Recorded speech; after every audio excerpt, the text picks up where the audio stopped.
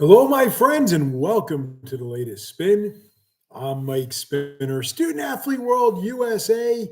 It's Thursday before a holiday weekend.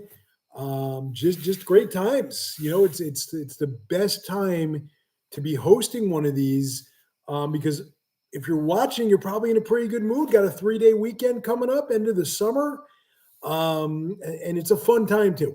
As I say often, when we get into September, we are a short period away from that one stretch we get a year where all the major sports are happening at the same time. Baseball, pennant chase, start of football season, start of hockey training camp and seasons, same with basketball and college football, which starts pretty much tonight.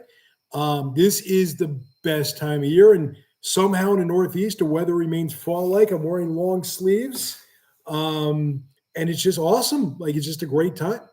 So welcome. Hope everyone's having a great week. And the two big pieces of news out of Student Athlete World. One is, if you haven't been on our socials, I'm using a new term this week, socials.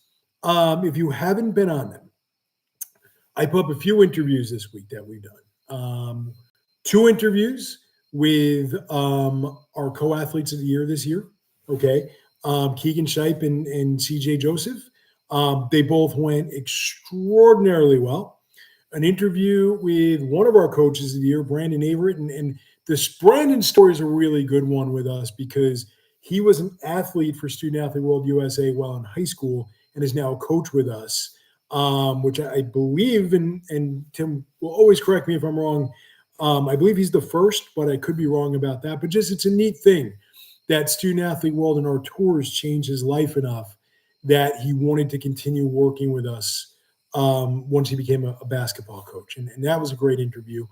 And for those of you who are watching this and you're from another country than the United States, and we're getting more and more interest every year from international athletes, for lack of a better term, athletes who live in other countries, who for a variety of reasons join us on tour. So last year, we had several Canadians join us, really the last 2 years. But we also had a British girls lacrosse player, Georgia Jowett, who one of my favorite people I met in my time with Student Athlete World. Her and her dad, just great people. And so Georgia I interviewed this week, and it's all up on our socials, but there is no better way to get to know our company and our tours and what we do than listening to those who have traveled on those tours. And in this case, 3 athletes and a coach from their perspective really gives you, whether you're a prospective traveler or someone looking to come back with us, gives you a lot of great perspective on our tours. So when you have a chance, you're sitting around scrolling through your phone, go to Student Athlete W or any one of our socials, and you can find those videos. I had a lot of fun doing the interviews. I try to treat it like a podcast, which is something I always wanted to do. But it's just a great thing to reminisce about. It was a really incredible summer for us with those who were there, who were not me. And maybe we'll have some more interviews coming up. We'll certainly see. I have a lot of fun with them, as you'll see on the videos. Piece of news number 2. So last year was the 15th year in Student Athlete World history. And we had $15,000 in scholarship money that we awarded for our 15th year. And it was a competition, so we didn't just randomly give it out, but it involved prospective travelers of ours, applicants, families doing social media videos. And the best videos got some scholarship money to attend a tour. I am pleased to announce, drum roll please, I am pleased to announce that we are going to continue that contest on an annual basis. So I guess it's $15,000 for year 16 or just $15,000 in scholarship money. If you go to studentathleteworld.com, scroll to the bottom to the fundraising link. On the fundraising link, there's a lot of different rules applied to it. So it's not like, hey, do a social media video and send it to us and you get a scholarship. No, you got to earn that. All right. So if you want to put some time in and create an amazing social media video and follow the contest rules, you may find yourself with a much cheaper tour than what we advertise. So if it's important for you to gain a scholarship, there is a way to do it. Go to studentathleteworld.com, scroll to the bottom, click on that fundraising link, and you'll be connected and get rolling. I have a feeling that $15,000 is going to go away real quick. I'm excited we're doing that again. We got to know our travelers really well through that contest last year. And I'm looking forward to this year's submission. So get after it, people. Earn yourself some money. I hope we burn through that money in a week. We get such great videos. So now, what in the world? Today's What in the World is brought to you by our biggest sponsor yet, McDonald's. Now, if you've gotten to know me and you've seen this face, this awful face, gradually shrink over the last year and a half, I am on a bit of a health kick life-wise. Lost close to 80 pounds. Thank you.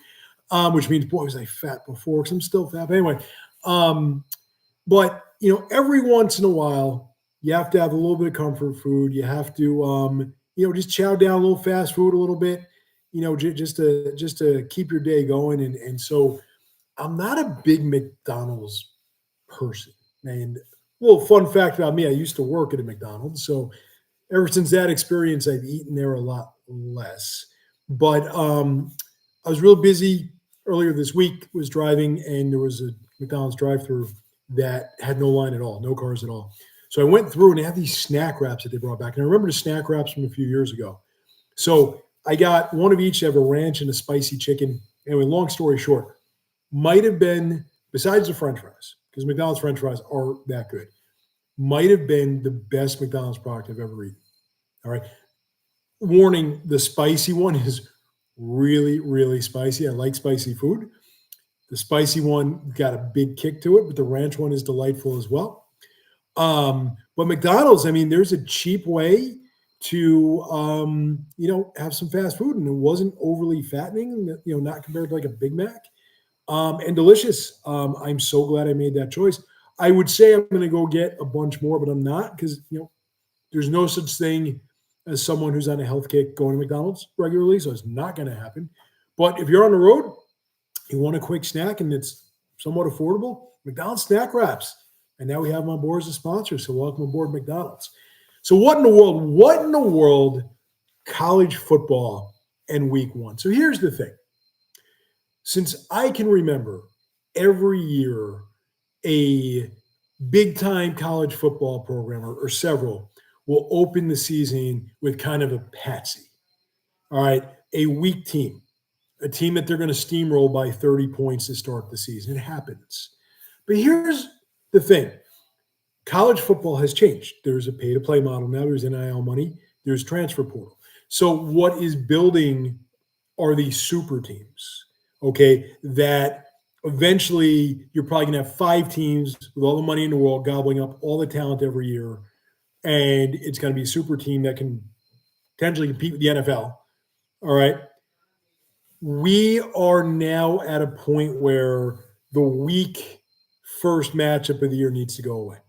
All right. Now, we've had some examples in my lifetime where it's been, the upsets happen. It wasn't Michigan. It wasn't terribly long ago, lost like Appalachian State or something like that. Last year, Notre Dame played against Northern Illinois at Notre Dame. Northern Illinois came away with the one great game. All right, the Northern Illinois, fun fact about me, their athletic director, Sean Frazier, was my first boss in college athletics. So it was kind of cool to see. He's now the Northern Illinois AD. It's kind of cool to see his school do that, all right, which was great. So you've had a lot of drama with these top-notch teams losing to someone that, their walk-on should be. And there's a lot to be said for that. But I feel like now, with NIL, pay-to-play, and transfer portal, there is no excuse to have a top-tier Division I team, an SEC, ACC, Big Ten team, play against a team that is just looking to have like a big fundraiser and get some guarantee money. So this week, and just some examples, you have Boston College from the ACC playing Fordham, who's not exactly in the ACC.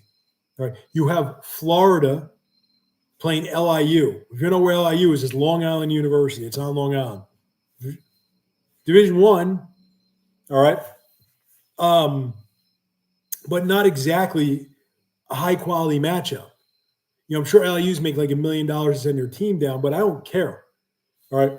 Florida, which I'm sure has a lot of resources available to buy the athletes of their choice, should be playing somebody good. All right, not LIU. BC, honestly, not a football powerhouse, but Fordham, really Fordham. And then, probably the weakest matchup. I mean, Miami playing Wisconsin. Just kidding, Tim. All right. But on the flip side, Wisconsin out of the Big Ten is playing Miami. Big time matchup, right? Big Ten ACC? No, not that Miami. Wisconsin is playing Miami of Ohio. All right. The other Miami. All right. And I'm sitting there like, why? You have the funds to purchase talent of your own. There is no reason anymore to play against one of these teams to have like an advanced practice. All right. I don't like it. All right. Even if, and Tim, and that game's happening, I think, right as I'm doing this video, Miami of Ohio beats Wisconsin. We may have a latest spin special edition coming up. All right. But I just feel like if college football is evolving, then in a way that, hey, we're going to pay our players now, and the best of the best are going to be, dispersed among 5 to 10 teams. Those teams have to earn it by playing against respectable competition. Now, point number 2 about what in the world college football, there are some great matchups coming this weekend. All right, highlighted by Texas, Ohio State. Awesome game, right? Way to start the season. If I'm making a bet, I think Texas is the best team in the country coming into the season. That's just my own. And I'm not a Texas fan. If you've ever met me, I love college football. I'm just a fan of the SEC. That's it. All right. There's a good SEC game on. I'm going to watch it. All right. I love SEC football. Always have, always will. I don't have a favorite team. I live in the Northeast. There's no team to root for. I root for Rutgers. Might as well root for Wisconsin while we're at it. I want to root for a team that's no chance. All right. So I just love the SEC. It just seems like Texas is special this year. And so my first pick of the college football season is Texas going all the way. But my point here is Texas, Ohio State. And like Syracuse plays Tennessee. And there's a few other really good matchups coming this weekend. But all like Texas, Ohio State is a noon start on Saturday. Like, why are you doing this to yourselves, college football? You've known for probably years that this game was happening on week 1. And you're scheduling a game for noon. No. All right. Flag on the play, people. Take a lap. That's got to be a primetime game. Even Syracuse, Tennessee. Tennessee looks real good this year, too. Syracuse is improved from, say, 2 or 3 years ago, but not a top-notch team. But that game has some legitimacy to it. Should be a pretty good game. All right. I don't want to watch Texas, Ohio State at noon. I don't want the sun to be out. I want it to be the lights are on, the sky is black, the students are going crazy. How many students at this game will not even woken up at 12 on Saturday, right? It's probably the first full week of the school year. I don't like it. And it's not like college football needs to improve its standing. College football is, in my opinion, one of the 5 major professional sports that we have. Baseball, football, basketball, hockey, and college football. They're all major professional sports now. But the point is, again, all this money is now going into college football that wasn't before. Everyone's making a lot of money off of this. So give the fans something better. Have all the matchups of the major programs be marquee matchups. None of these garbage games. Who cares about guarantees? There's enough money out there for everybody. And play your best games in prime time, like a flex schedule like the NFL has on Sundays. Texas, Ohio State, they knew 3-4 months ago this was going to be a battle to start the season. Although I think Texas is going to win big. Just my own opinion, but we'll see what happens. Flex the game to 7 o'clock. All right, let us enjoy that game in prime time the way it should be. So bottom line here, college football has a new identity. Whether it's good or it's bad, we'll know soon enough. But if you're going to rake in this money, you're going to make even more money for the schools and the players and all that stuff. You got to give us better matchups early in the season and do the very best matchups in prime time. Just my opinion, but I feel real good about that one. That's it for latest spin this week. As always, great fun. Everyone, it's Labor Day weekend.